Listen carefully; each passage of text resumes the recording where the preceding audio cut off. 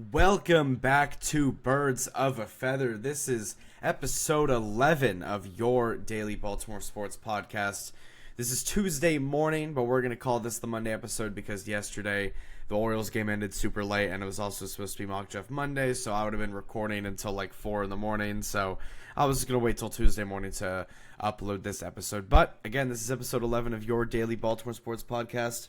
My name is Nathan Stroud, and we've got a bunch of stuff to go over today. It is mock draft day, so we're going to be doing a full first-round mock draft. It's going to be the mock draft 2.0, leading up until a couple weeks until the draft starts. And then we're also going to go over the Orioles win that they had over the Arizona Diamondbacks. So we've got much of that and more. And yeah, let's just get right into it. Starting with the Orioles win. The Orioles win 5-1 over the Arizona Diamondbacks. The Orioles record now goes to 5-6 on the season. Same with the Diamondbacks. And yesterday was a full, complete, very nice win. The offense was out there producing runs. The pitching was amazing. And this is what I like to see. And again, we've seen games like this from the Orioles this season. It's not like every single game has been, bad offense and bad pitching. We've obviously in the first game of the year, they went out there and won 12-2, and then they had another game where they won 8-1. So they've had games where, they've been able to do this and they've been able to produce runs, and the pitching's also been good at the same time. But this was a great win. Obviously, 5-1 win, very complete, nice win. But this is, again, the problem with everything. I want to see them do it again tonight, and I want to see them do it again on Wednesday. Because, again, the problem with the Orioles is that obviously they're able to go out and have games like this. It's just the consistency and finding the consistency of being able to string together some wins and some good performances in a row. Because this game, obviously the Orioles had they played very well and they did their thing, but we've seen this season already where they'll go out there and have a good game and then they'll follow it up with a really bad game. And then they'll follow up that bad game with maybe another bad game. And then you'll sprinkle in a good game. And then you'll go back to having a bad game. So there hasn't been any sort of positive consistency for this Orioles team this year. That's why I want to see them do it again. Because obviously I'm happy with this win. But I want to see them go out there and do it again. Because we've seen this already multiple times this year where they do something like this. And then they lose the next day. And then they go back into a slump. But yeah. Overall, great win. I'm very happy with this win. Obviously, I want to see them do it again, but great win for the Orioles. They win 5-1. They got 7 hits, 5 runs, 2 for 8 with runners in scoring position. Only struck out 6 times during the game, so not bad for the Orioles at all. Let's start with the offense. Gunnar Henderson was leading off. He went 2 for 4 with a walk and 2 scored runs. So Gunnar Henderson, this is his fourth game back from the IL. This is his 4th game back and definitely his best game he's had. Obviously, the first game he went 1 for 4, and then the last 2 games he got 0 hits, and then obviously in the game yesterday, 2 for 4, 2 runs, had a double in there as well. Also had a walk, 3 plate appearances for Gunnar. You love to see it. Love to see it from Gunnar. You love to see him getting going because he is going to be a vital piece of this offense moving forward. Obviously, Gunnar Henderson is the most important piece of this offense. He is your best player. He is your leader. He's your leadoff guy as well. He's the guy that's going to get things going for you. And Gunnar Henderson with a great game yesterday. 2 for 4, scored 2 runs, had a walk, had a double in there as well.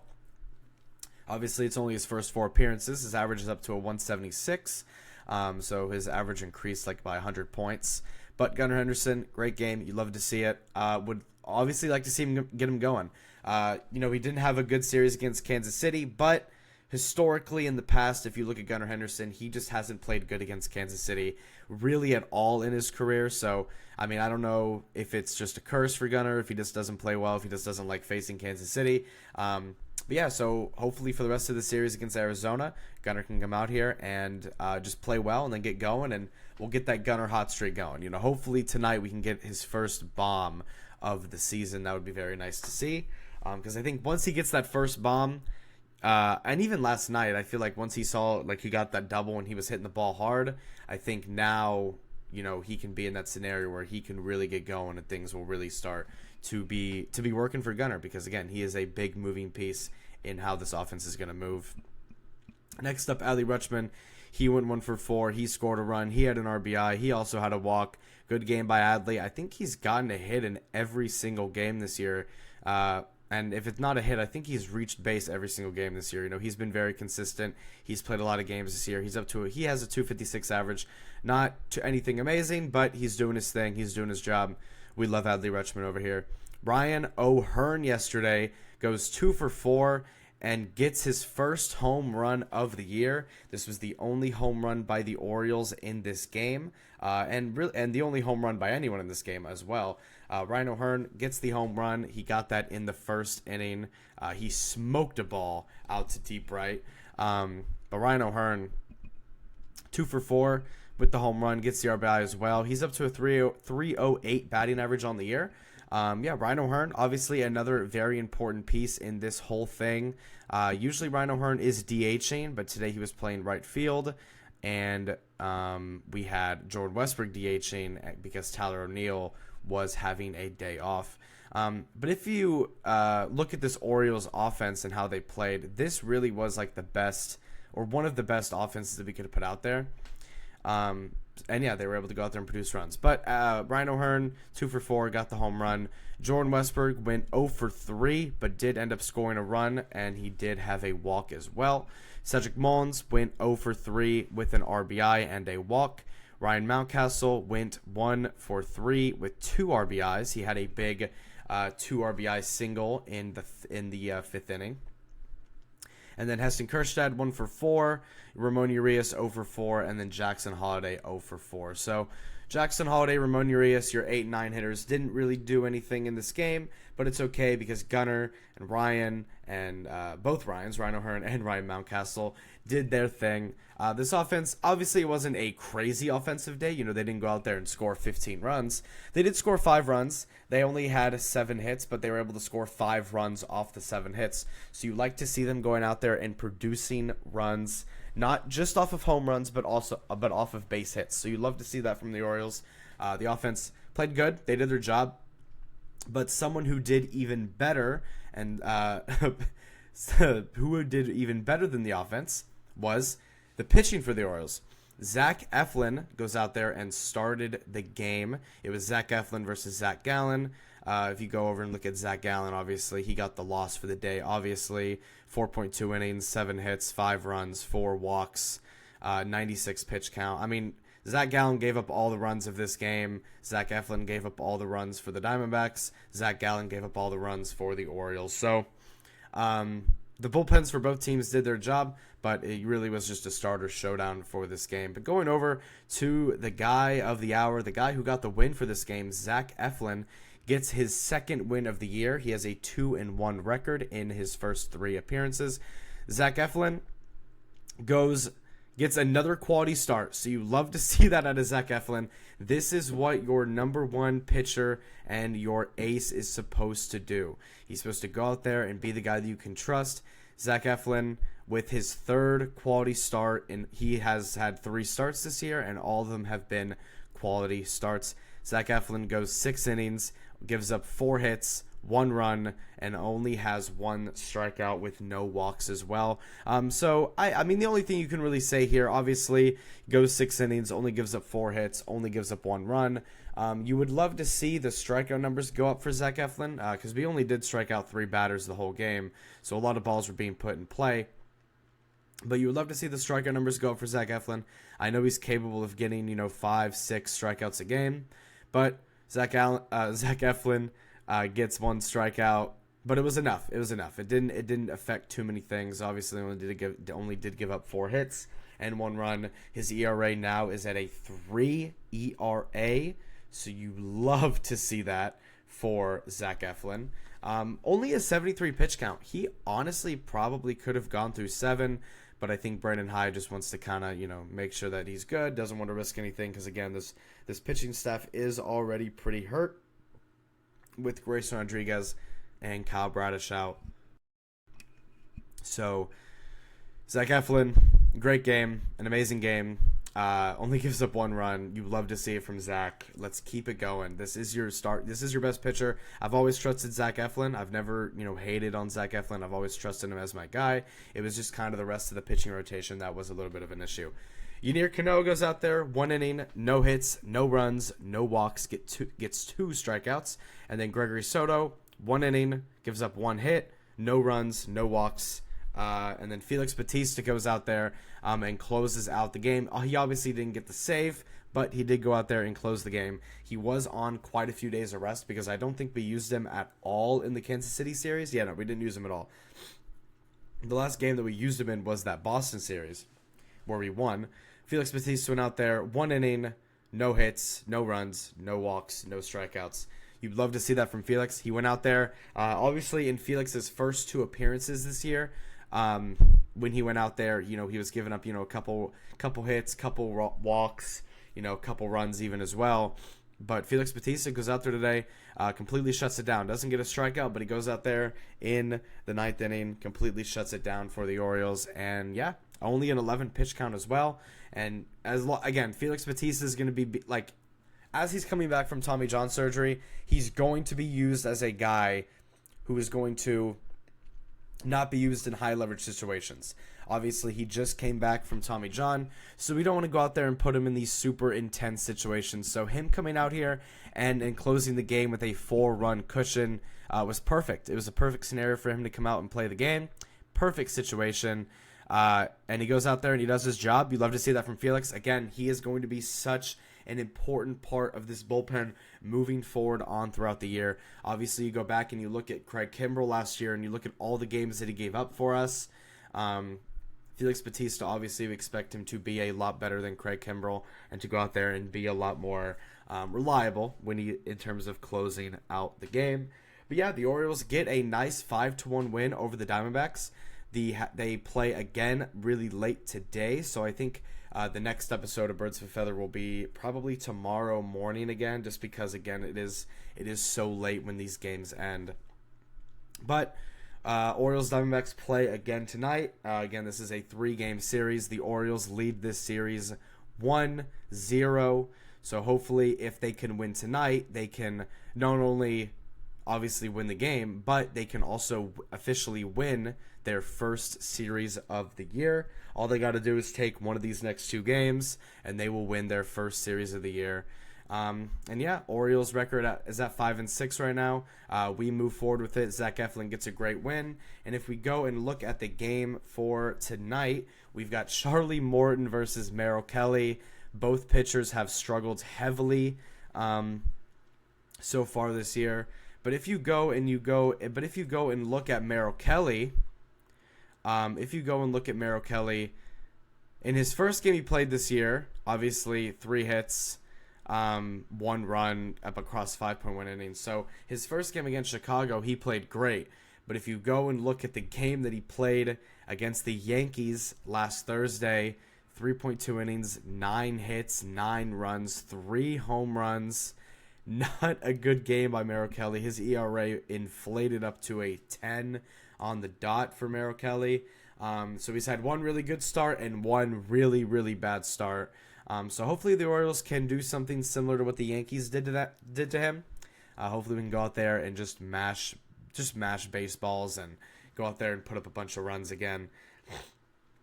But obviously Charlie Morton, he hasn't had a great first 2 games either. The strikeout number, if you go and look at these 2 pitchers and you compare them, obviously Charlie Morton 0-2, Merrill Kelly 1-1. The ERAs are very similar. The WHIP is very similar. The innings pitched are very similar. The hits given up are very similar, but the strikeout numbers are very different. Charlie Morton with 13 strikeouts throughout his first 2 starts. Merrill Kelly with only 3. So Charlie Morton in his last game, he did have 10 strikeouts, so he did a good job of getting guys out with strikeouts, but obviously he did give up a lot of runs as well.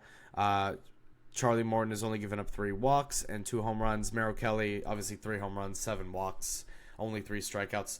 Not ideal for Merrill Kelly. Hopefully the Orioles can go out there and if this game does have to be a shootout, if this game does have to be a high-scoring affair, which It might be because of the starting pitchers in this game. I'm not sure that either starting pitcher is going to go far in this game. So if this game is going to have to be a shootout and if it's going to have to be a high-scoring affair, hopefully the Orioles bats can go out and they can show up and show out and they can respond. Because I know that this offense has the potential to go out there and score double-digit run games quite often. Like, I know this offense is capable of that, especially with Gunnar Henderson back. Obviously, you're missing Colton Cowser, but this offense still has so many talented guys on their team. And yeah, hopefully tonight they can go out there and win their first series of the year. And if we go and look real quick at the American League East, the AL East, let's go and check up on the standings. Obviously, in first place is still the New York Yankees at 6-4. They are actually playing right now, as you can see up here. They are playing right now against Detroit, and they are currently losing 1-0 at the top of the fourth. So hopefully Detroit can get that game done and get the Yankees a loss. Because any day that the Yankees lose is a good day. The Toronto Blue Jays are 6-5. The Boston Red Sox are also 6-5. The Orioles now move up to fourth in the AL East. They are at 5-6, and Tampa is at 4-5. So the Yankees, Blue Jays, and Red Sox are pretty much all tied in record. The Orioles just sit one game back behind them all, and same with Tampa. So again, the AL East is extremely close. It can literally swing in a matter of like 2 games. The Yankees are on a 2-game losing streak, and Tampa's on a 4-game losing streak. So if the Yankees start to lose some games here, and they're losing right now, if they do start to lose some games, and if the Orioles can get some consistency and start to win some games in a row, then I think that we could be very good, and I think that things will be okay, and maybe we'll see the Orioles jump to number 1 in the AL East. But yeah, we'll see what happens. The Orioles play again tonight against Arizona. They got a great win yesterday, but again, as I said earlier, you want to see them do it again. You want to see some consistency within this team, because the only consistency that this team has had has been negative consistency. It's been negative games and negative. It's just been a string of games together that have been negative. You would love to see the Orioles go out there and get another win today. You would love to see them go out there and sweep the series, obviously, but obviously it's up to them. You just got to see some consistency. That's all you got to. All you got to see is just some nice games in a row, and that's really it. And that's all this is really about. They just got to string together some games in a row, and things will be a-okay for the Orioles. Now we head over to the thing that everyone's been waiting for. It's Mock Draft Monday. And yeah, well, I mean, it is Tuesday morning, but obviously Mock Draft Monday for yesterday. So this is going to be the Mock Draft 2.0. So this is going to be the second mock draft that we've done so far. We're going to do another one next week, and then we're going to be able to do one more. So there's going to be 4 total mock drafts before, obviously, draft night. And obviously, draft night is always an amazing night. It's always super fun. There's always some picks that happen where people just lose their mind and they don't know what's going on. Obviously, last year, look at the Michael Penix pick, and everyone was just freaking out because it was just such a out of left field pick. And yeah, draft night's always amazing. I love it so much. But yeah, let's just get into this mock draft real quick. So, with the first pick in the draft, the Tennessee Titans select Cam Ward out of Miami, quarterback out of Miami. This pick is pretty much set in stone from every report, every betting site, everywhere. This pick is pretty much 100% set in stone. I think the odds for him being taken first overall are like negative 6,500. So I think Cam Ward at number 1 is pretty much a lock at this point. It makes a lot of sense, and I'm not mad at it for Tennessee, but I do think that going Travis Hunter or even Abdul Carter here would kind of be beneficial for them, just going the certified best player available. But if Tennessee really does believe in Cam Ward and they really do think that he can be, if they really think that he can be, like, if they really do think that he can be like the guy, you know, for the future, then I mean, I don't mind the pick. I don't mind the pick at all. Obviously, you go out and get the best quarterback in this draft. You get your guy for the future. You move on from Will Levis. They had a decent offseason. They went out and filled a good amount of positions. But Cam Ward, number 1 overall, pretty much set in stone. I'd be really surprised if they do anything else. But yeah, with the second pick in the NFL draft, the Cleveland Browns are going to select Travis Hunter, wide receiver and cornerback out of Colorado.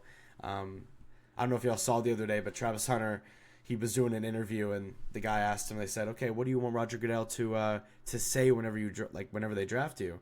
And he said, "I want them to say cornerback and wide receiver," which I think Roger Goodell will do. It'll be pretty sick if he does do that, because no other players ever gotten that.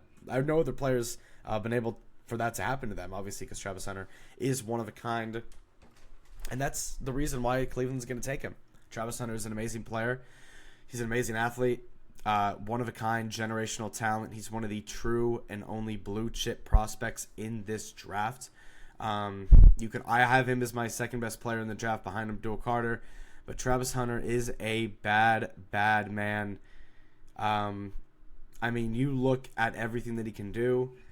You look at the receiver tape. You look at the DB tape. I mean, it is all there for Travis. All of the signs right now are pointing to Cleveland taking Travis Hunter. There was a lot of stuff, going into this whole draft process. It was like, okay, they're going to take a quarterback. And then it was like, okay, no, they're going to take Abdul Carter. And now what things are saying, and some reliable sources are saying, and also just some mixture of gut feeling and also just it making a lot of sense as well. Travis Hunter going to the Browns at number 2. Apparently they like him way more as a receiver than a corner. I think obviously they're going to play him at both, but I think if they do like him more receiver, they're going to make some packages for him and things would be okay with Travis Hunter there. But Travis Hunter going to number 2 to the Browns. He's a generational player. Makes a ton of sense for this to happen for Travis. A lot of signs are pointing again to him going to the Browns. I think the Browns are actually the favorite to land Travis Hunter now. So it does make a lot of sense. I think the Browns kind of moved away from the idea of even drafting Shedeur Sanders here. In my last mock draft I did last week, I felt like the Browns were just going to go out there and get their quarterback for the future. But as some articles have come out, as some reports have come out over this week, obviously opinions and stuff are going to change. So Travis Hunter, number 2 to the Cleveland Browns. I love this pick for them. Obviously, as a Ravens fan, I don't love the pick, obviously, because I don't want him in my division. But for the Browns, this does make a lot of sense. It is a great pick. You get the most versatile player in this draft. And, I mean, there's really no complaints there. At number 3, the New York Giants are going to select Abdul Carter, edge out of Penn State. I mean, this is my best player in the draft. I think him and Travis Hunter are 1A and 1B. And the Giants are also in a position where they can't really mess up this pick. Obviously, if they do go Shedeur Sanders, then that's them. Obviously, they went and signed Russell Wilson. They got Jameis Winston. So going out and drafting a quarterback after both of those moves doesn't make a ton of sense, but it still could happen.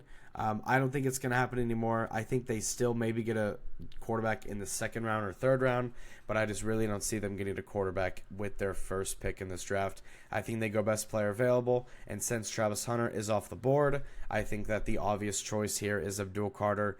You pair up Abdul Carter with Brian Burns and Dexter Lawrence up front, and I mean that's a deadly pass rush for anybody in the NFL.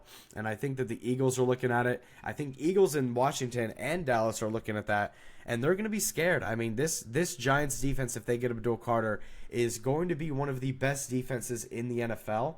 The Giants already made some pretty good moves at defense this year, but this move would make this defense even that much more elite. And I think at the end of the day, going best player available, even with all the quarterback issues, I think going best player available is still the smart thing to do when you take into account all of the quarterback stuff with Russell Wilson and Jameis Winston as well. Coming in at number 4, we've got the New England Patriots, and I'm going to have them taking Mason... Oh, no, not Mason Graham. Oh, my, not Mason Graham. Will Campbell. Oh my, I almost ruined this whole mock draft. But Will Campbell going to number 4 to the New England Patriots. I mean, this makes a ton of sense. Obviously, they want to go and get Drake May as protection. They see that Travis Hunter's gone. They see that Abdul Carter's gone. I don't think that they take a swing on receiver. I mean, they could take a swing on receiver and get a guy like Torrey McMillan, but I think that the receivers, as days have gone on, are kind of falling a little bit in this draft because Torrey McMillan, in terms of pure receivers, he was obviously known as like the unanimous best receiver in this draft, but after some reports have come out, after some stuff has come out where he doesn't like watching film, I feel like that might affect his draft stock just a little bit. I mean, we'll see what happens. I don't know if it's that big of a deal because he did say he watches it with. He obviously still watches film, but it's just not by himself. So I don't think that scouts and teams will take that the right way, which I think will affect his draft stock just a little bit. But Will Campbell to the Patriots makes a ton of sense. I mean, they want to go and get Drake May as protection. Obviously, you have your franchise guy in Drake May. You go out and get the best offensive lineman in this draft. You go out and get Will Campbell. He is a stud. He was amazing for LSU. There's a lot of talk about his hand size and his arm length and whether he's going to be able to truly play tackle in the NFL. I don't think it's a big deal. Obviously, other teams think it's a big deal when they go into the analytics of things and the deep analytics of things. But at the end of the day, Will Campbell is a true amazing talent. And at the end of the day, most of the time, talent just beats analytics when it comes to sports. If you can flat out play, then you can flat out play. And there's really no need to overthink this pick at all. I think Will Campbell is kind of the obvious choice here. And I think that every Patriots fan should be very happy with this pick. Going over to the Jacksonville Jaguars pick, I think this is very easy. There's some other people saying that they could maybe go Ashton Genty. There's some people thinking that they can go to Torrey McMillan. But I think at the end of the day, this pick is very easy. I think Mason Graham is the obvious choice here. He is the heavy favorite to go to Jacksonville. It's a bread and butter pick. It makes too much sense. It might seem obvious and boring, but at the end of the day, this is a mock draft. I'm trying to be realistic. I'm trying to predict it as close as I can to the draft. And hopefully by the time draft night comes around and we look back at one of these mock drafts that I do, hopefully it'll be very, very accurate and very accurate to the actual draft. Obviously, there's going to be trades on draft night. I'm not doing any trades for this mock draft because, again, trades, you can't really predict trades ever. Trades throughout the years and drafts have been super, super random. Like, I don't think anyone would have expected the Texans to move up to number 3 a couple years ago and draft and get Will Anderson. Like, that was, I mean, obviously people had the Cardinals that year getting Will Anderson, but the Texans moving up was like a no one's bingo card. So trades are just way too rare. Not even rare. They're way too unpredictable. And I don't think at this point people are going to be doing trades now in the draft. I think if any trades are going to happen in the first round, it's obviously going to be during the draft. And we're guaranteed to see trades, obviously. But I'm just not going to do any trades for this one because, again, they're just too unpredictable. And I'm just going to go off of the base draft order. Going at number 6 with the Raiders. This pick, as the day goes on, this pick gets more obvious and more obvious. I've been saying this for a while now. I've been thinking that this is just such not even an obvious selection, but I've just had this feeling that this was going to happen because it just makes too much sense. And people are starting to really realize that this is actually a real possibility. And this seems like the pick that everyone is picking now. It's the pick that I've had for a while. It's the pick that if you look at any mock draft, this is the pick that everyone is going with. And that's Ashton Genty to the Las Vegas Raiders. It just makes too much sense. It really does.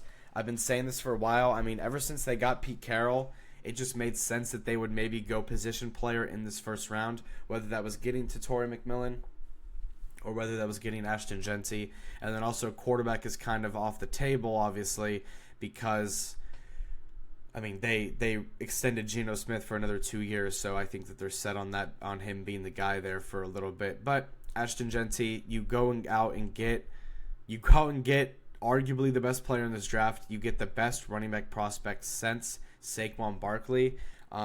He is an absolute stud. He is incredible. He is so unbelievably talented on the field.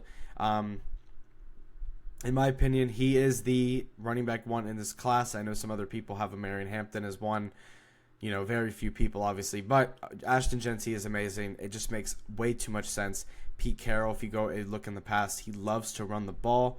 Obviously, the play in the Super Bowl, people would think otherwise. But if you go and look at Pete Carroll's team throughout his career, he likes to run the ball a lot, and it honestly just makes too much sense. Ashton Genty to the Raiders at 6. They need running back help desperately. I think they can go out and maybe address receiver, whether that's in the rest of free agency or maybe sometime in this draft. But I think going out and getting your running back for the future is just so important. You see like what Saquon Barkley and Derrick Henry and Josh Jacobs did for running backs this year. I mean, all these guys changed teams, and they were all so dominant on their new teams. This really was like the year of the running back, and obviously it ended with the running back who ran for 2,000 yards winning a Super Bowl. So the running back position is valued higher than ever right now, and even if some teams don't think that it's that valuable, I mean, just look around at what running backs did this year for teams. Obviously, Derrick Henry with the Ravens, he was incredible for us. Obviously, you look at Saquon Barkley with the Eagles, he was incredible for them, and he carried them on offense for pretty much the entire year. And then they ended up winning the Super Bowl. But it made a ton of sense. Ashton Genty, I don't think you overthink this pick at all. And again, this whole mock draft, you can't overthink things, because at the end of the day, when the draft is on and you're watching the draft, and you'll sit there and you do your mock draft and you try and overthink picks and you try and be super analytical with it, but then the team will just make the obvious selection and you're like, oh, well, that just makes a lot of sense. You just can't overthink things with the draft. I think Ashton Genty makes way too much sense. I think that they could go to Torrey McMillan. I think that they even could possibly go somewhere on defense as well. But Ashton Genty's the pick here, and we move on from there to the Jets at number 7. Last week I had them going Tyler Warren, and this week I'm going to have them going Armand Membu out of Missouri. He is an absolute stud. He's arguably the best offensive lineman in this draft. Obviously, you can look at him and you can look at Will Campbell, but Membu had one of the greatest combines out and measurements and everything out of any offensive lineman in the history of the NFL. He tested extremely well, and I think the Jets go out there, they go and get Justin Fields some protection. They help their O-line. Like the Jets O-line is already pretty solid. Last year, they have a lot of talent on that O-line. But I think the Jets want to go out there and get a guy like Armand Membu. He is a guy where he has such a high ceiling and honestly such a high floor as well. He's a player that is super, super safe in my opinion. I don't really see him... obviously anything can happen in the NFL, but he is just a super safe player. I think he can be one of the franchise offensive linemen for the Jets for years to come.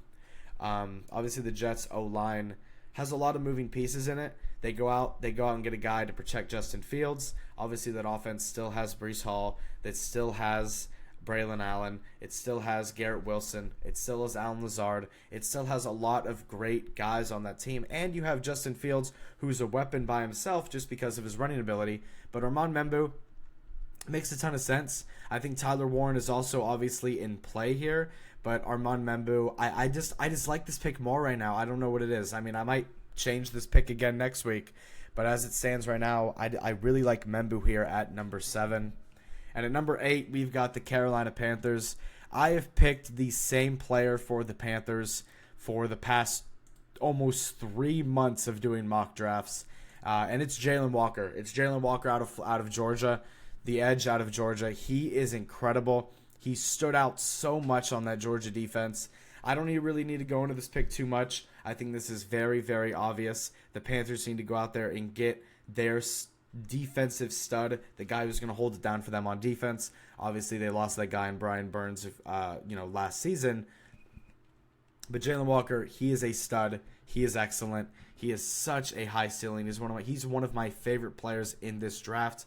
I think he is a top 3 defensive player in this draft, and it just makes a ton of sense for Jalen Walker to go here to Carolina. Maybe Carolina might go a guy like Mike Green or James Pierce Jr. or Shamar Stewart or something like that. But Jalen Walker just makes way too much sense here. I think he is the best. He is the second best edge in this draft by far. He's excellent. And I have Jalen Walker going to the Panthers. And now at number 9, this is going to be a very interesting pick because the Saints, in my opinion, have one of the most interesting picks in this draft. And that's because they can do a bunch of different stuff with it. And they can also have fun with the pick as well. Obviously, they could go a guy like Torrey McMillan and pair up Chris Olave with another with a big body receiver into Torrey McMillan. They could also maybe go and get a guy like Jahdae Barron or Will Johnson. They could go and get their Marshawn Lattimore replacement for their corner room. They could go and get a guy like Shamar Stewart or James Pierce Jr. or Mike Green. They can go out and get an edge like that, and they can have a very young, solid edge because a lot of guys in their defense are getting a lot older, and I think that they would like to have a nice, solid edge. They could go a guy like Tyler Warren even. Obviously their tight end room isn't amazing. They just re-signed one of their tight ends, but they go out and get Tyler Warren. He's an excellent pass catcher, and you just add another weapon into that offense. But the pick that I'm going to have the Saints going, and it makes a ton of sense, and it's very interesting, it's very cool. We're having some fun with this mock draft as well, but this is something that I legitimately think that can actually happen. And that's going to be Shedeur Sanders heading over to New Orleans, Louisiana. Shedeur Sanders, again, not a huge fall, obviously. He was projected to be like a top 3 pick, obviously, with the Giants maybe taking him. But with how this offseason has gone, it makes sense that Shedeur Sanders could fall in this draft. And I don't think he's going to fall much farther. I think his fall ends right here. There's some people saying that he could maybe get picked in day 2. I just don't see that happening at all. There's some people saying that he could fall to the end of the first round or maybe the middle of it, which maybe could happen. But I'm going to have the Saints going Shedeur Sanders. I think they look at the guys available, and I think that they would love a guy like Torrey McMillan or like a Will Johnson or a Mike Green or someone like that. But at the end of the day, you look at that quarterback room, you look at how old, you look at, Derek Carr getting older, you look at how much money you're paying him, you look at how his contract's about to be ending, you look at Spencer Rattler. I don't think that they trust Spencer Rattler to be the guy for the future, and I think that they see Shedeur Sanders, they see an opportunity to get Shedeur Sanders as their guy for the future, to go and get their franchise quarterback for the future. And I think they go out and they just pull the trigger on Shedeur Sanders. It makes a ton of sense. I think him and Kellen Moore could have a great chemistry together. And this would be very interesting. And I don't think it's too far-fetched for this to happen. It's not really even a crazy pick in my opinion. It makes a ton of sense. Yeah, and Shedeur Sanders going to New Orleans makes a ton of sense. And I really like this pick as well. Next up at number 10, we've got the Chicago Bears. And I'm going to have Chicago going with the same guy who I had them picking last week, Omarion Hampton. Omarion Hampton, running back out of North Carolina. It makes a lot of sense. I know it's a pick that a lot of people would say is crazy, but you have to look at who they got as their head coach. Ben Johnson, what he was able to do with Jahmyr Gibbs, what he was able to do with Dave Montgomery.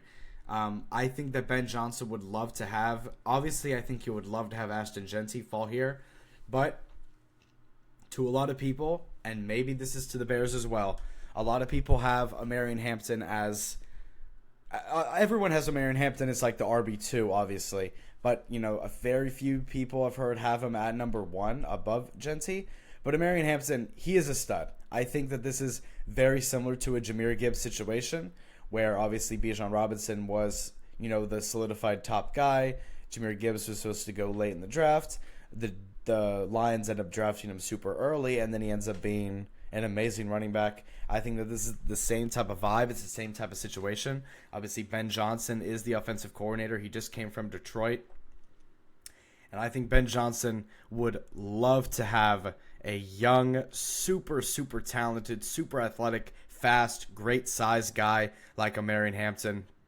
You insert him into that offense with Caleb Williams with Rome Odunze, with DJ Moore. I mean, it just makes a ton of sense. I don't know what DeAndre Swift's role might be. I think he could be a good backup running back for the Bears, but Omarion Hampton, and maybe not even a backup running back, they could honestly do like a 60-40 split snap count. But Omarion Hampton, I made this pick last week, I made this pick this week, and I'm probably going to make this pick all the way up until draft night because I think it makes a ton of sense. If they don't go running back here, then I think that the obvious pick is to go a guy off the edge to pair with Montez Sweat on that defense.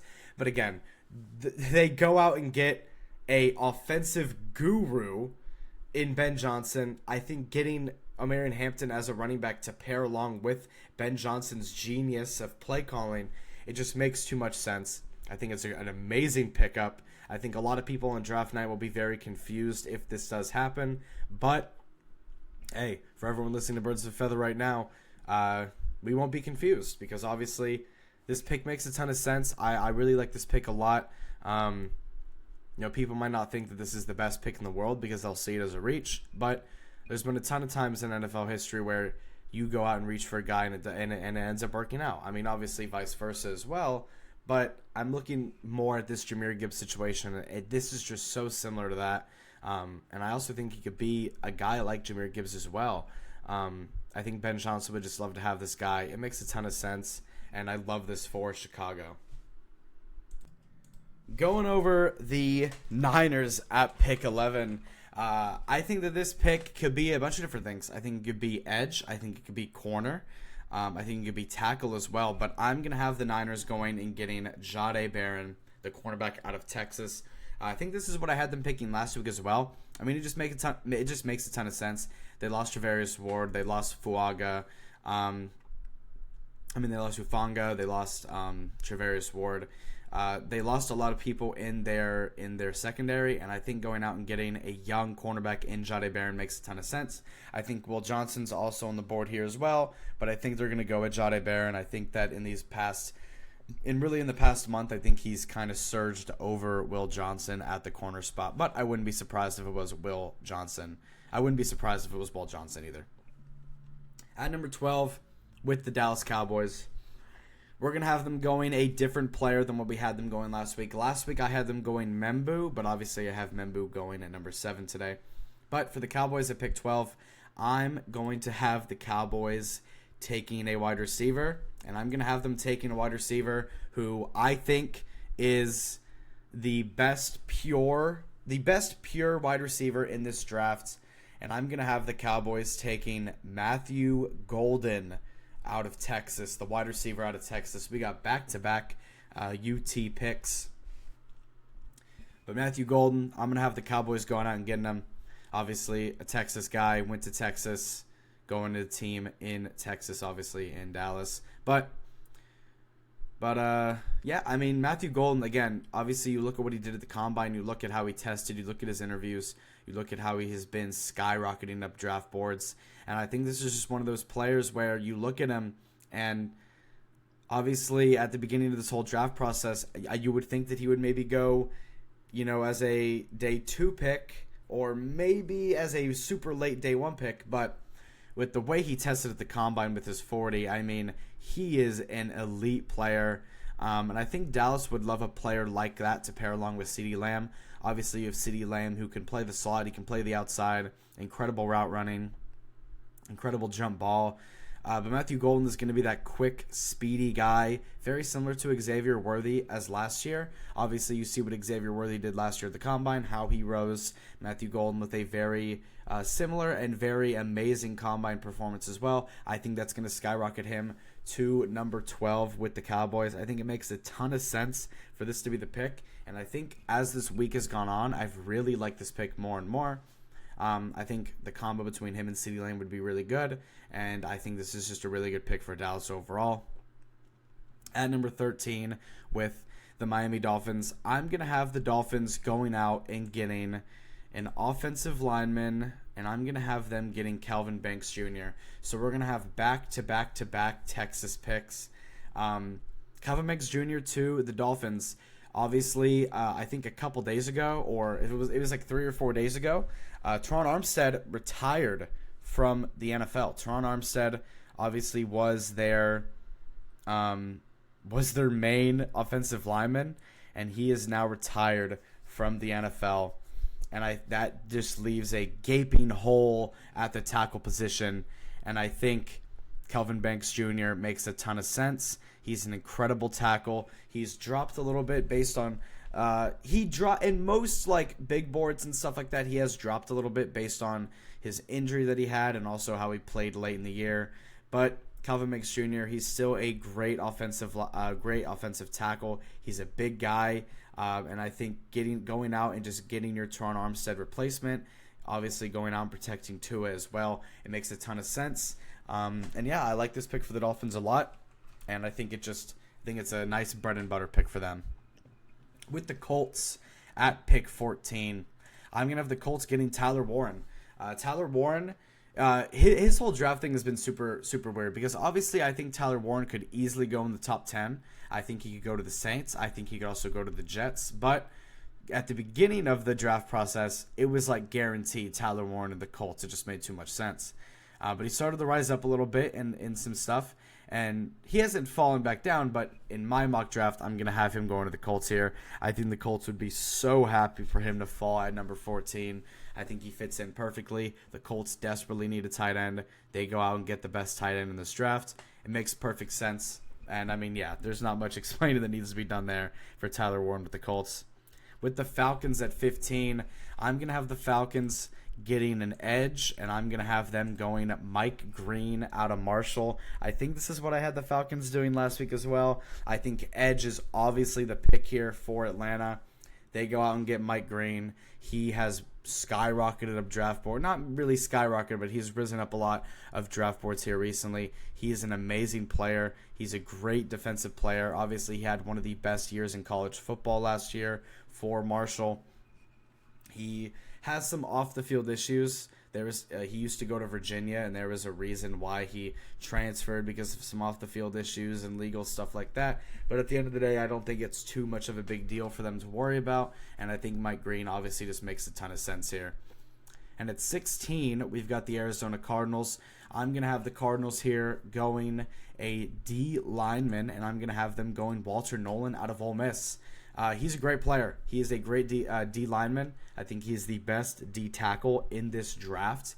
He is incredible. Other than Mason Graham, second best D tackle in this draft. I knew I was saying something wrong there. But Walter Nolan, great player. I think a lot of teams could benefit from him. I think like the Bengals could benefit. I think that the Steelers could benefit. I think that the Chargers could benefit. I think that the Ravens could also benefit as well. But Walter Nolan, he's an amazing player. I think it makes a ton of sense. I think they want to get some help out in the trenches as well. You look at what Philadelphia did in their Super Bowl run and obviously during the Super Bowl and how impactful the trenches were for them.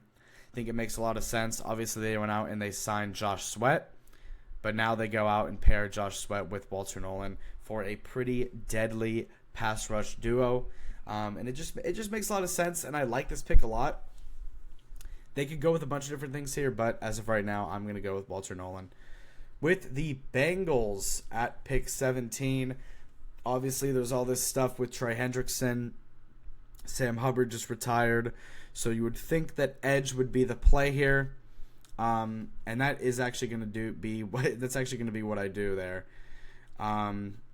Where is edge? Yeah, we're going to go edge. We're going to go with Shamar Stewart, the edge out of Texas A&M. He is an athletic freak. His build is crazy. His size is crazy. He tested very well at the combine as well. He has risen up draft boards a lot. He was projected to be a early day 2 pick, but some people have him also in the top 10. But I'm going to have him at 17 here. I think whatever happens with Trey Hendrickson, I think even if they do re-sign him, I think going edge makes a ton of sense. Because obviously Sam Hubbard, who played a lot of linebacker as well, but he did also come off the edge. I think just going out and just getting another guy on defense, because obviously the Bengals offense is spectacular, but their defense, they just don't have that guy yet.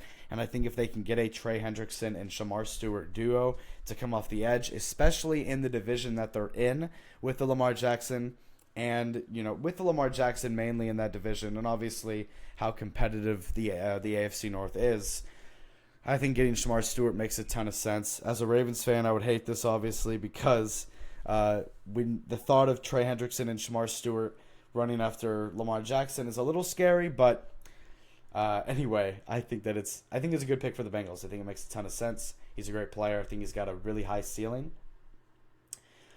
With the Seahawks at pick 18. Now this is where the draft, in my opinion, gets a little crazy. The Seahawks at pick 18. They could go a bunch of different things here, but I'm gonna have the Seahawks with this pick. I'm gonna have them going a guard, and I'm gonna have them going Tyler Booker. He is a monster. I think his interviews have been very, very convincing and telling. He tested also very well at the combine. He was a guy that was supposed to go round 2, but again, these combines and these interviews and these media availability sessions, they will change your draft stock. They will change your draft stock a ton. Tyler Booker just so happens to fall victim to that as well. But Tyler Booker, he's an incredible player. He's a big guy. The Seahawks desperately need some guard help and some offensive line help. They did just sign Sam Darnold for like $35 million a year. So I think going out and getting him some more protection just makes a lot of sense. Tyler Booker, he's an amazing player, great player. And yeah, I think this is just a bread and butter pick. I think they could go defense. I think they could also go somebody off the edge. But I think Tyler Booker, I think they want to focus on O-line, especially with getting Sam Darnold on offense. With the Tampa Bay Buccaneers at pick 19, I'm going to go with the same pick I had them going last week, and I'm going to have them going Jahad Campbell. I think he is one of the most interesting and intriguing players in this draft. He is the definition of a Swiss Army knife at middle linebacker. He can come off the edge, he can play back, he can zone the middle, and he is that Mike guy for a linebacker. Like he's a guy, like he's giving me a lot of Fred Warner vibes when I see this guy, just someone who could play all types and all around as a linebacker. He's an incredible player. I think Tampa could use him very well. Obviously, Tampa did get Devin White back, but it just makes a lot of sense for him to just man the middle and be that great player for Tampa. It just makes a ton of sense. I love this pick for them. And, I mean, yeah, there's not really much else to say. He's just an incredible player, an incredible talent. And I think that Tampa and Todd Bowles would love to have him.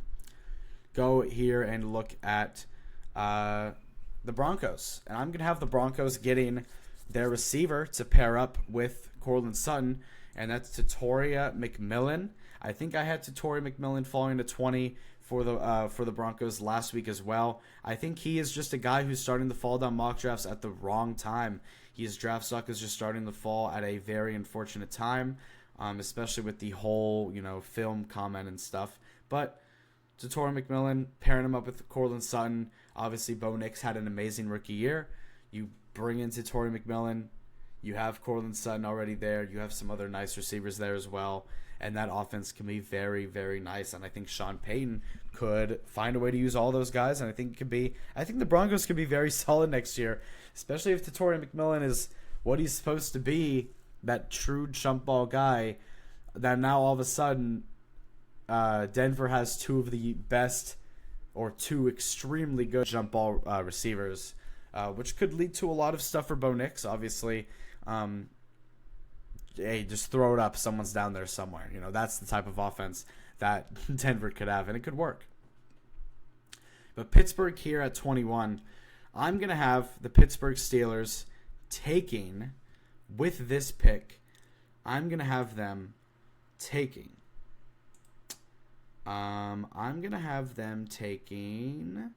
Jackson Dart. Again, I think whether they get Aaron Rodgers or not, it doesn't really matter.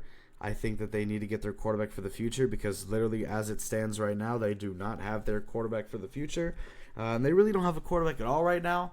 And I think sooner rather than later, I think they need to go out and get their guy. And I think Jackson Dart, I think this is the perfect spot for him as well. I don't think it's too high. I also don't think it's too low. Makes a ton of sense. He's a great player. He's a very calm, cool, and collected quarterback. And I think that Mike Tomlin would love to have this guy as their future franchise quarterback. With the Chargers at pick 22, I'm going to have the Chargers going out and getting a tight end. I'm going to have them go out and get a Michigan guy. He played with John Harbaugh when he was at Michigan. I'm going to have them getting Colston Loveland. the tight end 2 in this draft. He's an amazing player, an amazing tight end. And I think it just makes a lot of sense. You go and get Justin Herbert, another weapon, another Michigan guy. Makes a ton of sense. I like it for them a lot. With the Packers at pick 23, I'm going to have them going Will Johnson out of Michigan. And I think if I was a Packers fan, this is an absolute steal to get this guy here at pick 23. There's a lot of teams beforehand that they need corner, but at the same time, there's other positions that would fit them a lot better. Will Johnson is a guy who is primed to fall in this draft. Him or Jahdae Barron, either or. I think either of those guys could fall down to this pick. But Will Johnson, obviously, the Packers did lose some corners. They might lose Jair Alexander. And Will Johnson just makes a ton of sense here. And I think it's a steal. And I think that nobody can really complain with this pick for Green Bay. With the Vikings at pick 24, I'm going to have the Vikings getting... Where is it? I'm going to have them getting Nick Emanuwari, the safety out of South Carolina. I think they want to get their Harrison Smith replacement. Obviously, they lost some guys in free agency. But overall, the Vikings have had a pretty solid free agency. But Nick Emanuwari, you pair him up with, the veteranship in Harrison Smith. That is a deadly, deadly safety duo back there. And also... he could be the guy for the future. He is very much like a Kyle Hamilton-like player. His build is extremely big. He tested very well at the combine. He's an amazing, amazing player. And I think it makes a ton of sense. It'll make this defense a lot more deadly for Minnesota. And I feel like this is the pick here. Either him or Malachi Starks. I think either one of those safeties could go here. But I think Nick Emanuwari recently with the combine and everything has moved his way ahead of Malachi Starks. Going over to the Houston Texans pick at pick 25, I think this is one of two things. I think it's wide receiver, offensive line, and I'm going to have them going with Josh Simmons out of Ohio State. He's an amazing player. He had an injury that kind of tanked his draft stock a little bit, but I think he could be up there with a guy like Kelvin Banks or even... a Membu or a Will Campbell. I think he could be a guy that's up there with them, but his injury tanked a little bit. I think obviously Houston, they are rebuilding their O-line, and I think the cherry on they moved some guys around. They got rid of a lot of guys. They brought in some new guys, and I think the cherry on top is they're going to go out and try and get their franchise tackle in Josh Simmons. I really like this guy a lot. There's some other teams before them who didn't really need tackle, but Josh Simmons makes a ton of sense to the Texans. I think it's this or maybe like an Emeka Ibuka type player as well. That makes a ton of sense, but either one would work. But I'm just going to go Josh Simmons with this mock draft. Makes a ton of sense. I can see them going either or, though. At pick 26, we've got the Los Angeles Rams, and I'm going to have the Rams going with... I'm going to have the Rams going... We're going to have them going with Kenneth Grant out of Michigan. He is a great D lineman. I think that the Rams want to keep building the interior. They don't necessarily need D linemen that much, but I think a player like Kenneth Grant, I don't think he's going to fall any further. He is so, so good. Maybe he could be the next Aaron Donald of the franchise. Obviously, you have Jared Verse down there. You have Braden Fisk down there. You just add the talent more to that pass rush. Just make it more deadly, because pass rush is as important as it ever's been in football. Obviously, again, I keep looking back to the Eagles. You see what they did this year. It just makes a ton of sense for the Rams to go with D-line. They could maybe go offensive line. They could maybe go corner. But I'm going to have them going Kenneth Grant. And now for the Ravens pick at pick 27. There's a few things that they could go here. They could go edge. They could go safety. They could go D-line even. And I'm, for this mock draft, in the way that it's fallen as it stands right now, I'm going to have the Ravens draft James Pierce Jr., the edge out of Tennessee. I think that it's either going to be edge, D-line, or safety for the Ravens. Malachi Starks is who I had them taking last draft, but I think for the Ravens, again, you look at what they need. We need edge, we need safety, we need D-line. Again, we don't necessarily need them like a ton. We're not like in desperate need of anything really. But James Pierce Jr. has a super, super, super high ceiling. Going into this draft, like going into this college football season, he was projected to be a top 3 pick in the draft. And now, again, we have him falling down to 27. He didn't have a great college football season. There's some people that have him going in round 2 or late round 1. I'm going to have him going late round 1, and I'm going to have the Ravens taking a swing on, hopefully, their future pass rusher of the future in James Pierce Jr. This could be a home run pick if things work out for James Pierce Jr. If he really plays like what he was supposed to, and his potential really does hit like it's supposed to, he's going to be a force to be reckoned with for the Ravens. And if this happened, I would be so excited for Baltimore. I think by the time it gets to this pick, obviously it depends on how the draft goes, but I think that the Ravens can definitely have a great draft. I think they're going to go with best player available or just someone who they love. They love to get guys who plays like a Raven, and I think James Pierce Jr. fits that motto so well. And it just makes a ton of sense. Going over to the Lions at pick 28, I'm going to have the Lions going edge as well, and I'm going to have them getting Mykel Williams out of Georgia. He's a great edge rusher. You pair him up with Aiden Hutchinson. It makes a ton of sense. Again, the guys down here, like I picked 27, 28, 29, 30, 31, 32, these guys are playing with house money. They're going out and just trying to get the best talent available. And again, there is going to be guys who fall to day 2. There's going to be so much great talent that falls to day 2. But, I mean, yeah, because this draft class is loaded in my opinion, and I think everything will be good with that. Going over to Washington at pick 29, I'm going to have Washington going out and taking Donovan Izakaru out of Boston College. I think we're going to go back-to-back edges in this draft. There's a lot of great edges. There's a lot of great edges. There's a lot of great O-line. There's a lot of great running backs. There's a lot of great corners as well. Donovan Izakaru, I think that the Commanders desperately need help on the edge, especially with losing a guy like Montez Sweat, especially with losing a guy like Jonathan Allen now. Donovan Izakaru makes a ton of sense. I think that they would love to have a guy like James Pierce Jr. or Mykel Williams fall to them, but I think they'll be perfectly fine with getting Izakaru. With the Bills at pick 30, I'm going to have the Bills go Malachi Starks out of Georgia. He is a stud. One of the best defenders in college football this year. But again, the reason why guys like this fall this low is because the safety position is just not valued that high. Guys like Malachi Starks and Nick Emanuari are so talented, and they could be game changers in the NFL. But again, the safety position is not valued too high. But I think Malachi Starks is just too good to fall to day 2. And I think the Bills would love to have him and pair him up in that secondary. I would be very upset if this was the pick. I love Malachi Starks, and I think that Malachi Starks on the Bills, I think it just fits perfectly for them. If I was a Bills fan, I would be ecstatic over this pick.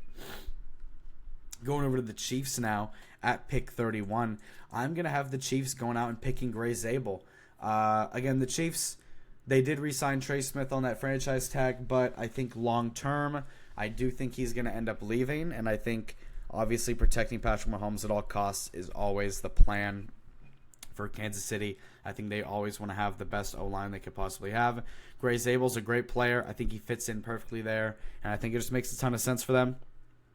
And with the last pick in the first round, the Philadelphia Eagles are going to select Derek Harmon, the D-tackle out of Oregon. Makes a ton of sense. Obviously, they lose Milton Williams, and they replace Milton Williams with Derek Harmon, just keeping the trenches strong for Philly because that is what they run off of. And we'll see if they can maybe win another Super Bowl off of their amazing trench talent. And, you know, we've seen so many Eagles rookies do so well, and I think Derek Harmon would fit in perfectly with Philadelphia. So that's going to be the mock draft. That's going to be the mock draft 2.0, the Birds of a Feather mock draft 2.0. I really like the way that this mock draft looks. I think that this could maybe be what happens on draft night. Again, we are going to do another mock draft next Monday. And then after next Monday, we're going to do one more mock draft, which will be the final one. So 2 more mock draft Mondays. And yeah, I love the way that this mock draft looks. I think, again, there's a ton of talent that's going to go in round 1. There's going to be a ton of talent that's going to fall to day 2 as well. I like the way that this mock draft looks. Again, I can guarantee you it's going to look different next week as well. And then obviously we'll do the one final one in 2 weeks. But I love the way that this looks. Let me know in the comments if you guys would change anything or thoughts on certain picks or stuff like that. But yeah, another mock draft next week. And thank you guys for listening and tuning into and watching Birds of a Feather.